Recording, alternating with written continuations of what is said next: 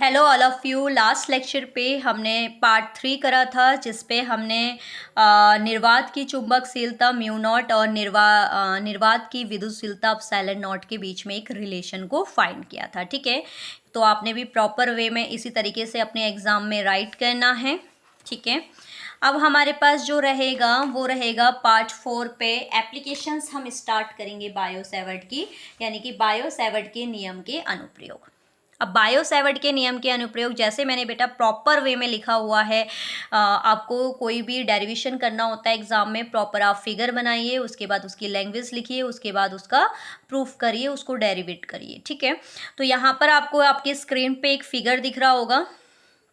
तो हमने कहा ठीक है, जैसा मैं बोल रही हूँ इस फिगर को देख के, पहली आपके पास जो बायो सेवर्ट का अनुप्रयोग है वो क्या है, वृत्ताकार धारावाही कुंडली के अक्ष पर चुंबकीय क्षेत्र की तीव्रता, डीबी वेक्टर डाल दिया, मतलब चुंबकीय क्षेत्र की तीव्रता। तो हमने क्या किया, ये लैंग्वेज आप खुद भी बना सकते हैं, बस फिगर को आपने केयरफुली तरीके से देखना है। माना हमारे पास एक क्या है, एक वृत्ताकार कुंडली है जिसकी त्रिज्या स्मॉल ए है। इसमें आई करंट आपका जो है, आई धारा प्रवाहित हो रही है। ठीक है, फिर हमने बायो सेवर्ट का नियम क्या पढ़ा था बेटा, कि किसी बिंदु पर कितना चुंबकीय क्षेत्र है इसके बारे में पता चलता है बायो सेवर्ट के नियम से।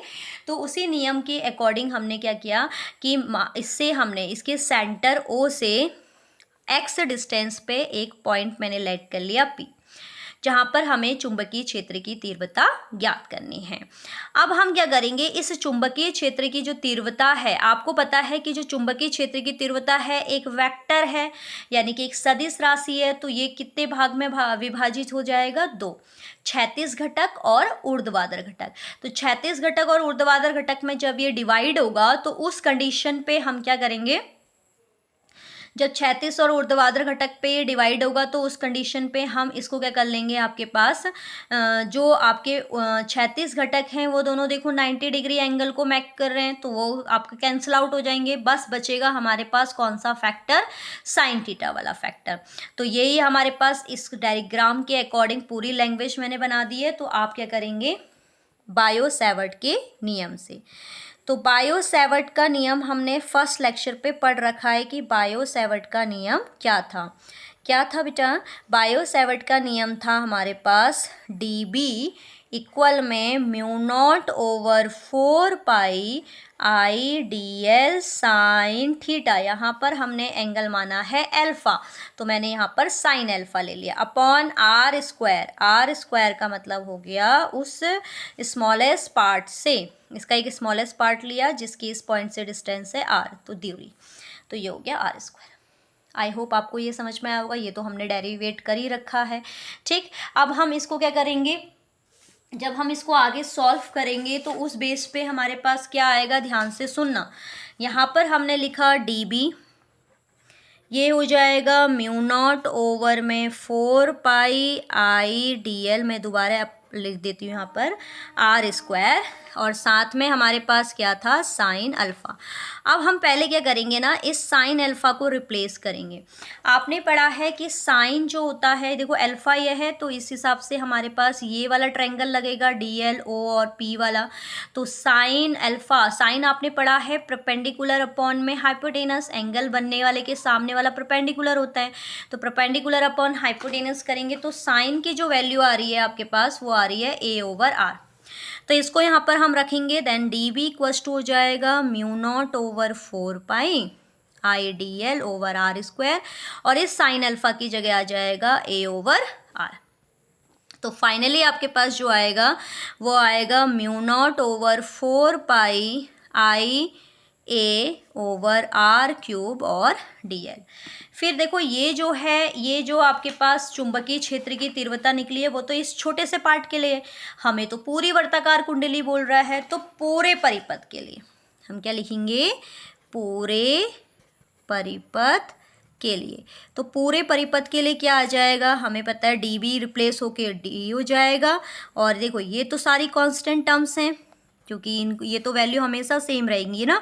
किसका होगा हमारे पास, close interval of d l, मतलब डी एल कितना है।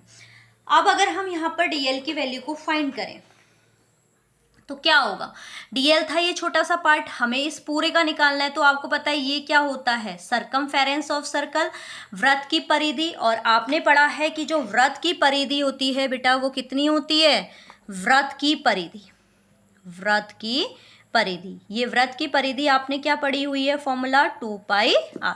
तो इसको इसी से रिप्लेस करेंगे, म्यू नॉट ओवर 4πIa/r³ और 2πr, r की वैल्यू देखो, इसकी वृत्ताकार कुंडली की त्रिज्या मानी है a, तो ये हो जाएगा 2πa। ठीक है, इससे ये कैंसिल आउट हुआ 2 टाइम्स, तो फाइनली b इक्वल्स टू आपके पास आ गया म्यू नॉट Ia² और ये हो गया r³। ठीक है, तो अभी हम क्या करेंगे, r को भी रिप्लेस करेंगे क्योंकि हमारे पास न्यूमेरिकल में डायरेक्टली r बहुत कम दिया होता है, इसके छोटे छोटे पार्ट्स दिए होते हैं। अब आपका मैं यहाँ पर एक ट्रायंगल बना रही हूँ, उसको फिर पीछे दिखाऊंगी। ये r था हमारे पास, ये त्रिज्या थी a और ये था x। ये देखिए, हमने इस r की वैल्यू को फाइंड करना है, ये x है, ये आपके पास a है।